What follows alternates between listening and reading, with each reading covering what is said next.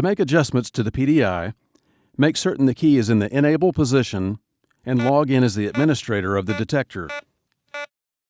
Scroll up or down through the available menu items by using either the Program or Access push buttons.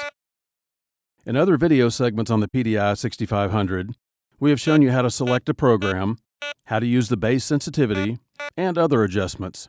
For specific programming scenarios, please refer to that particular video segment. There are quite a few settings that can be adjusted to suit the preferences of security supervisors or their operators. Some of these settings include Volume, shows current volume setting. Use plus or minus touchpads to increase or decrease. Minimum volume, administrator setting for minimum level that detector alarm volume can be set. Use plus or minus touchpads to increase or decrease. Tone, use plus or minus touchpads to select the tone that is appropriate for your operators.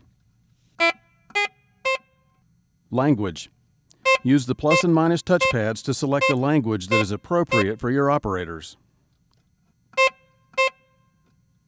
Supervisors and administrators of the walkthrough can view a variety of monitored statistics such as these: the traffic count, the number of real alarms, percentages of real alarms and random alarms based on total patron counts, total operating hours, and more.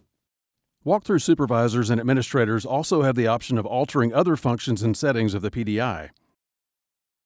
These options include turning off the pacing lights, regulating the length of time zone lights are displayed, the duration of audible alarms, controlling how patron traffic flow is counted, changing the speed of detection, and more.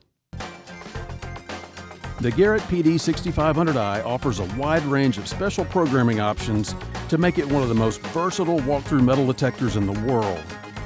Please refer to your owner's manual or other PDI training video segments for more information.